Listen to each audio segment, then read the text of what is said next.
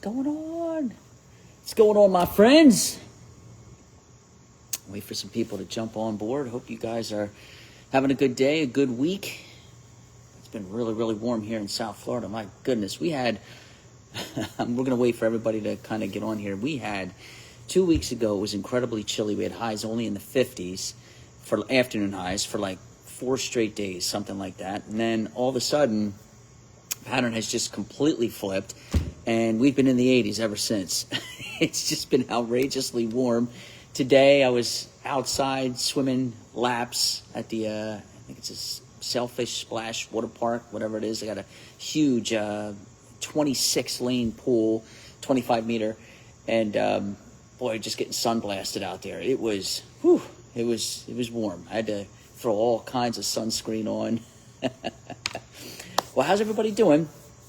I'm sure you guys have seen, we've got a pretty rapidly changing weather pattern for the Mid-Atlantic and the Northeast. We've been well underway with this January thaw. It's been around now for at least a week now, maybe a little bit longer, maybe about a week and a half. And now the cold air is going to try to push again as we get into, it's trying to now, and that's why you guys are dealing with a little bit of a wintry mix as we get into tomorrow night and Thursday morning.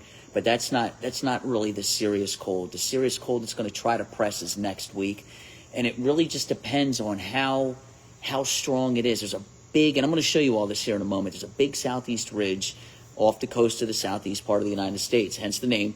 It's warm, all right? It's in place.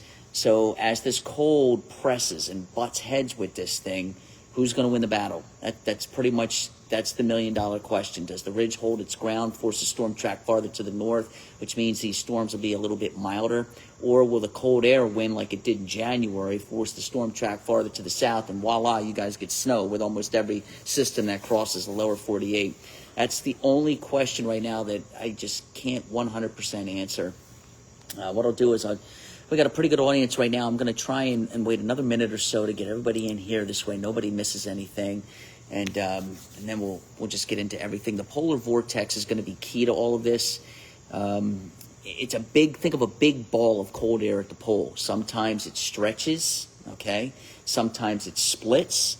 And when those kinds of events take place, the cold air at the surface follows where the vortex is going. So think about it this way. Think you're at the North Pole. Here's your cold air, and it stretches. Maybe it goes, one side goes down towards Siberia, the other side goes down towards North America. The cold is going to follow, right? What if the whole thing gets dislodged or displaced and it falls over into North America? The cold air is going to follow. So we have an event like that that's going to take place. Actually, I'm looking at it now. It's trying to stretch now, okay?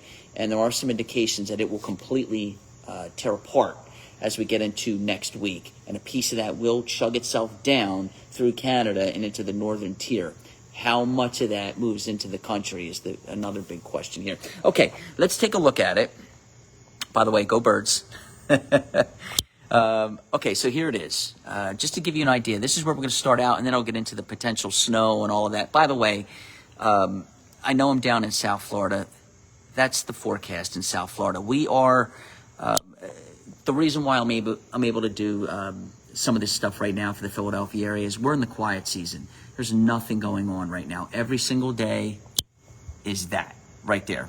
Okay, I mean, occasionally we see a shower or two, but that's pretty much every single day. So for the people that are watching me right now that live in South Florida, okay, big area of high pressure and control. Every day it's sun and clouds. Watch the fog during the morning hours. Some of that could be dense, and that may be the same kind of setup tomorrow morning, Thursday morning, Friday morning.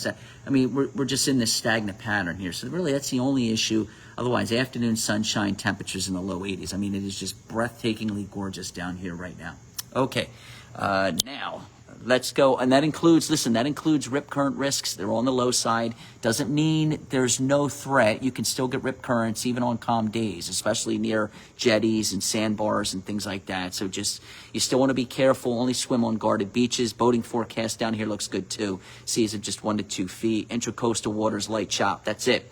Okay, now let's talk about Philadelphia areas right there. Okay, so here's the United States. This is Canada. Right here is the North Pole. You see this? This is the polar vortex. Now, a lot of times the polar vortex will be a big circle right here, okay? Sometimes it stretches like it's trying to do here. Sometimes it splits. So the cold air, remember I was saying, the cold air at the surface will follow. So here's a look at the cold. This is Greenland's right here. Okay, so that's the North Pole. There's Siberia. You can see how it's going to try and stretch. Watch this. I'll set it in motion for you. Okay. Now you got two areas of high pressure, one here and one here, and they're going to pinch this thing like that. So watch what happens. See it stretching? Boom. Now it's splitting. See it? Right. You can see now we have two. They're called daughter cells. One here, Siberia, North America, that's Greenland. Okay, now here's the Philadelphia area. This is not a cold pattern yet. This is February 10th. You're going to get some cold air here out across the heartland, but this is not cold in the east yet. It's, I guess I shouldn't say it's not cold. I mean, it's cold, but let's just put it this way. It's nothing even close to what we saw in January, and it's nothing even close to what could potentially happen. It's cold, but it's just cold. It's not brutal, if you know what I mean. Okay, so here it is splitting. By the way, this is next Monday. And watch this. I just keep rolling. See it? See the two? They are completely split now. Okay, now here's where things are going to get interesting. So here's the United States. Here's this one, and it looks like this one is kind of dying out, and most of the energy is going on the one that's over Siberia, which would suggest that's where all the brutal cold goes. But then watch what happens. All of a sudden, this thing goes right back over the pole, and now the other one, towards the United States, seems to gather all the strength. Look at that. And this one completely dropped. I mean, look at how far south that is right there. Here's Philly. I mean, geez, this is South Florida where I am. It's probably the only area that doesn't get cold in the entire lower 48. That was your January pattern. So that's what this is showing. Now, this is after Valentine's Day when we're talking that kind of cold, okay? So that's what we're looking at right here. Here's a look at the 500 millibar. Obviously, oranges or ridges are warm. Troughs, blues, greens are cold. So watch what happens here. Here's Philadelphia, okay? Now, you guys, you may get some surface cold Wednesday night into Thursday morning. That's why you're going to get that icy mix. But it will warm. Okay, you'll see temperatures well above freezing again after that. So watch what happens here. I'm going to set it in motion. Remember to keep your eyes on here. That's where the Philadelphia area is, right there. Here's South Florida, Plain States, Pac Northwest, right there. Okay, so what's going to happen is watch the blues. The blues are the cold troughs. Watch what they do. Warm southeast ridge. Okay, see it? Warm southeast ridge. Now, I said the cold was going to try to press. This is some pretty cold air right here. Very low pressures. Okay. Very low height anomalies, I guess I should say. All you need to know, home, is it's cold air. Okay, warm, cold. It's going to try to press this ridge, so watch what happens. Here it comes. Here it comes. All right, see what just happened here? See it pressing? Ridge is kind of pushing off the coast here.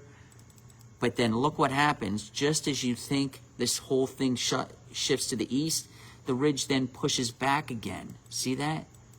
And only a piece of it moves into the Philadelphia area. That's why, and that's the only reason why, and then it warms up again.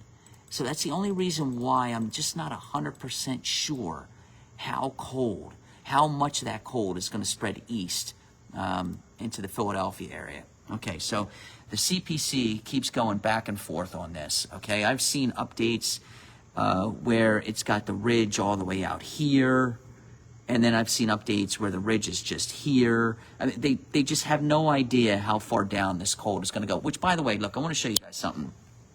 There's a lot of, let's be honest, there's a lot of, I don't want to call them wishcasters. Let's say weather enthusiasts that are on social media right now. You got to be really careful with what you guys read, because we've talked about this before. A lot of these people, you know, they're looking for clicks, they're looking for likes, they're looking for anything that kind of draws more people to the site, because that's how they make their money. And sometimes what they're saying is true, but they may verbally just, what's the word I'm looking for? Just overhype it, I guess, to draw you in, and now you're clicking all through what they want you to click through. So here is And the reason I bring that up is because I've seen people on social media talking about all this cold dropping all the way down to Florida. And look, I mean, I guess it could, but right now there's nothing concrete that would suggest that. And by the way, this right here, okay, when you see maps like this does not mean cold. This does not mean warm. This in the blue means the percentages are leaning towards cold.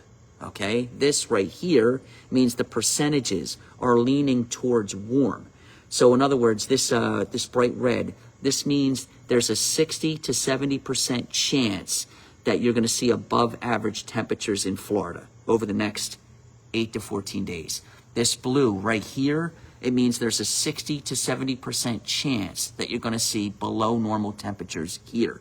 That's what this map is showing. So when you see this, for future reference, doesn't mean, oh, this is cold, this is warm. These are percentages, okay? That's what it's showing you. Okay, here's a look at the weather pattern across the lower 48. So what you're going to see is a rapid fire pattern develop. So you're going to get the cold attacking from the north. At the same time, you're going to get somewhat of a Pacific jet and all these lows riding across the lower 48. Keep your eye out on right here. This is the Philadelphia area. Here's Florida, high plains up here, Texas, okay? Watch what happens. They're all going to move like this. Watch this. I'll set it in motion for you. Here's Philly. Keep focused on that spot right there. Ready? Go. All right, here comes the Wednesday night, Thursday. Looks like a lot of ice and rain. Not much snow at all, if any, with that. Okay, here comes the next one as we get into Saturday and Sunday. Same thing. There could be a touch of snow on the front end. It's all ice, okay? Then here comes the next one. This is the one you got to keep your eye on. Okay, look at the date. This is Tuesday the 11th. The reason why you got to keep your eye on this one is because at this point, the cold air is in place. This one's got some snow with it, okay? And I'm going to dive into that here in a second. Okay, so that comes and goes. Here comes another one right behind it. That's 4 now. 4 storms starting Wednesday night, Thursday morning through the 13th. That's 4 storms in a week, okay? Here comes another one. Look at this one. That's 5 storms. Here comes another one right here. Does that one come up the coast? That's 6 storms. Here comes another one right here. That's 7 storms. And now we're into the 19th. So what's today? 4, so it would be the 6th. That's 13 days, 9 different storms. Is there any more? No. 9 different storms within 13 days. That's insane. That's insane. I've been forecasting for, holy smokes, 24 years. That's how long I've been forecasting. I don't know if I've ever seen 9 storms in 2 weeks. That's insane. Now, it doesn't mean you're going to get 9 snowstorms in the Philadelphia area. I'm going to set this up now. It just means you're going to get 9 storms. And I know you guys are still in a drought up there. So, you know, even if out of the 9, let's say they all materialize, let's say out of the 9, maybe 3 bring snow and the rest bring rain. Take it. Because with how bone dry it is, especially across the Pine Barrens, you guys really need to start kind of filling the reservoirs up again. The ground needs to get moist again because spring, believe it or not, it's not that far away. And that's when you really need the water most, when everything starts blooming again, right? The root systems, you've got flowers and grass turning green and buds on the trees. You really need the water to start seeping into the ground, and you don't have any right now. So 9 storms in, 14 days? It's not a bad thing. I know it's going to, if you're trying to get outside, I know that's going to be miserable, but you guys really do need it. Okay, so here is, real quick, again, Philadelphia right about there. This is the thing coming in tonight.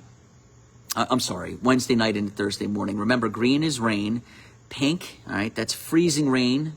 Orange is sleet. Blue is snow. As you can clearly see, the majority of this is going to end up being freezing rain.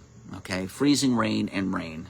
Wednesday night into Thursday morning. I saw there's already winter weather advisories up for a little bit of icing, which some of it, we could be talking about 0.2 of an inch out and through here, far western counties. That's a decent ice. Okay, you got to be really careful heading into work and school and everything Thursday. I saw Cecily posted a lot of graphics on her Facebook page, so she dives into all the specifics if you want to take a closer look at that. But there goes the Wednesday night, Thursday. Here is, okay, this one here is Saturday afternoon into Sunday. Again, it tries to show, I'm not even sure if I'm buying this. It tries to show a little snow on the front end, maybe. You know, maybe it snows for like 20 minutes. I don't know. It's not going to be long. And then it goes right over to freezing rain quick. Okay? So that's Super Bowl Sunday morning. All right? Well, Saturday night into Super Bowl Sunday morning. Could be some icy conditions there. Then that comes and goes. This next one, this is the one that you have to watch out for. Cold air's in place.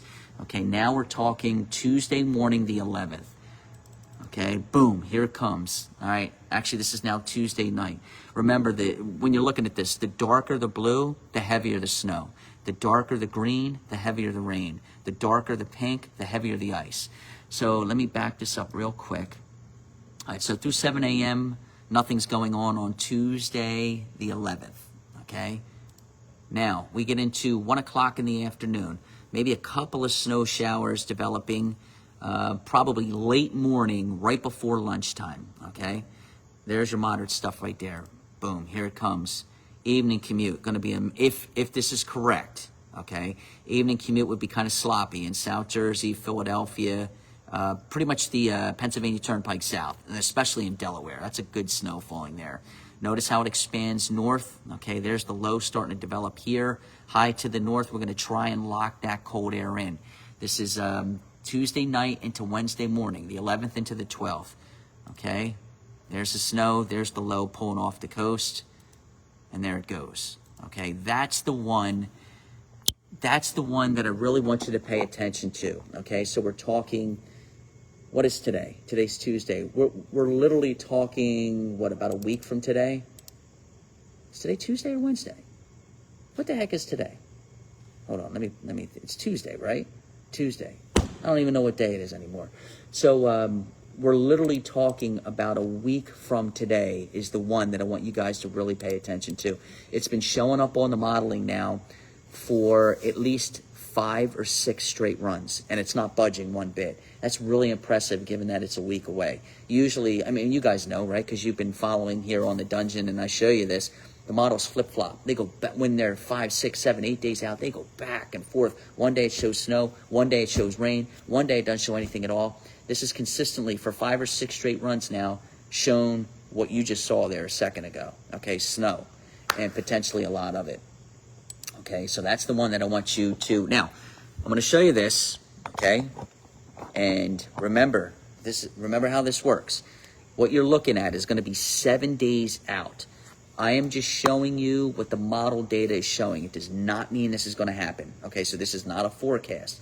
I'm just showing you what the model data is showing. And yes, it is the European model, which is widely regarded as the most accurate. But, when I show you this, I don't want you to say, oh, my goodness, Chris Sowers said that we're going to get blah, blah, blah amounts of snow. No. Not showing you that. I'm just showing you what the potential is for. Okay, so you saw that low, and it looked like it was going to be sort of a southern slider type low. Okay, so let's assume for a second that is correct. The other scenario lifts the warm air just a little bit farther to the north, which will cut into those totals, okay? I'm going to get into that here in a second too. But real quick, this is what could potentially be on the way a week from today, okay? Now, these individual numbers, this is probably overdone, okay? But you just saw how active the pattern is, and these storms, what they're doing is they're kind of developing across the south and coming up. Well, and any storm that comes from the south up is moisture loaded, okay? So I'm not going to totally dismiss this, but the likelihood is there that this is a little overdone, okay? But there's a look right there, European. Now, the GFS shows this, okay? Here's European. Here's a GFS. European, GFS. But I want you to notice something, okay? They're both showing quite a big hit, but they're both showing different things. This is clearly that one low. You can see the swath of heavy snow on the northern end. This is completely different, though. This looks like that heavy snow on the northern end, and then I'm not even 100% sure what all this is. Okay, you don't usually get a snowstorm that looks just kind of, I don't know, it's not symmetrical. It just looks unproportionate. It's weird looking to me. Okay, and it is the GFS. So European GFS. Now, The European, here's the difference. The European is backed by the ensemble data. The GFS is not, okay?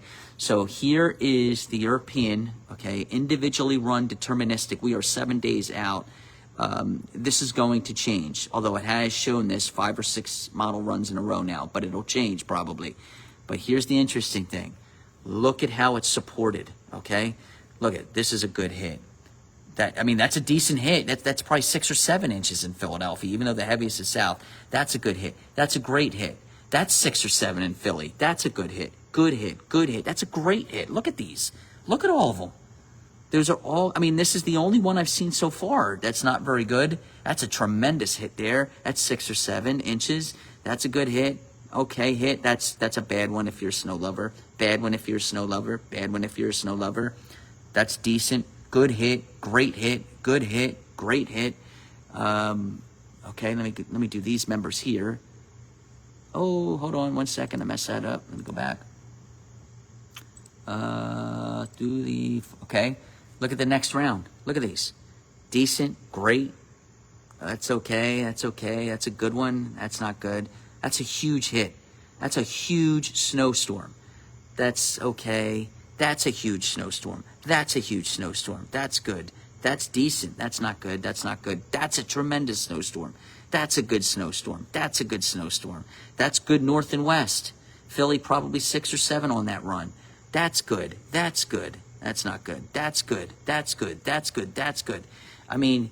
So I showed you the individually run European, right? It is supported. It is backed by its ensemble data. So that's why I want you guys to keep a close eye on a week from today. That's the storm. If you're going to get the snow, that's going to be the one that does it, okay? GFS ensemble data really doesn't...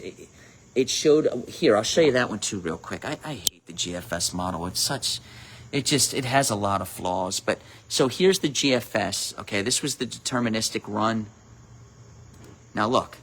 Do you see anything that shows... This one's close. But look. Wow, that would be a good hit. That one's close. But none of these really show... that would be close, that's close, that's close, that's close. Oh, there's a few of these that are close. No, that's close. Okay, so GFS, there it is. And there's its support. Okay, so some are there and some aren't. Okay, so it's 8:07. It's been about 20 minutes.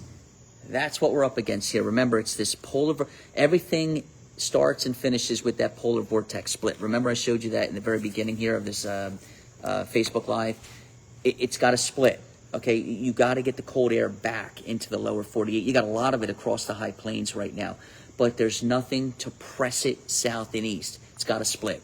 Right now, there's no signs that it won't split. So I'm not, I think it's almost a for sure thing that it's going to split. The big question is going to be, again, let me go to this. It's going to be, where does the battle zone set up? Right now, it's got a strong ridge and a lot of cold, and somewhere in here is a battle zone, okay? If the battle zone ends up being here, these are all rainmakers, or mostly rainmakers for Philly. If the battle zone ends up being down here, they're all snow. If the battle zone ends up being exactly what you see, then you're going to have your hands full with ice and snow and rain, and it's just going to be a lot of kind of back and forth. Okay. Well, I hope you guys are doing well. I'll do a couple, now that we're getting active in the pattern again, I'm going to start doing a lot more of these again. Okay, so go birds. I'll answer just a couple questions real quick, and then I got to go eat some dinner here. I think we're recording something at 9. Well, a lot of you on. Good. How are you guys doing? Everyone's saying hi. Good. Greetings from Westville, New Jersey, in the house. How are you? Hi, Chris. Thank you very much for doing another dungeon segment. It's my pleasure. Hello from, where are we at here? Sewell. Hello. Fly, Eagles, fly. There you go, Keith. Hey, which, by the way, it's funny. I watched those games. I really wanted Buffalo to win. I'm just so you guys know, I'm 48 years old, okay? So I remember when Buffalo went to the Super Bowl 4 years in a row, okay? And they got beat twice by Dallas, once by the Giants. Remember the famous wide right, I think it was, field goal attempt. Scott Norwood missed that. And I forget who else beat them. Maybe it was Washington or something, but someone else beat them. They lost 4 in a row. And I've just felt really bad for them ever since. And I've been wanting to see them back in the Super Bowl. And I really thought they had Kansas City on the ropes this time. I thought they were going to do it, and they lost. So I don't want to. I'm done with Kansas City. I'm just tired of seeing them all the time in the Super Bowl. But we've got a really good team this time around. The offensive line is tremendous. The defensive line is tremendous. The defensive secondary is tremendous. Saquon Barkley is tremendous. I mean, we've got a complete. Not that we didn't back in 2017 when we won it, and not that we didn't 2 years ago. Was it last year? It was 2 years ago, right, when we first played Kansas City.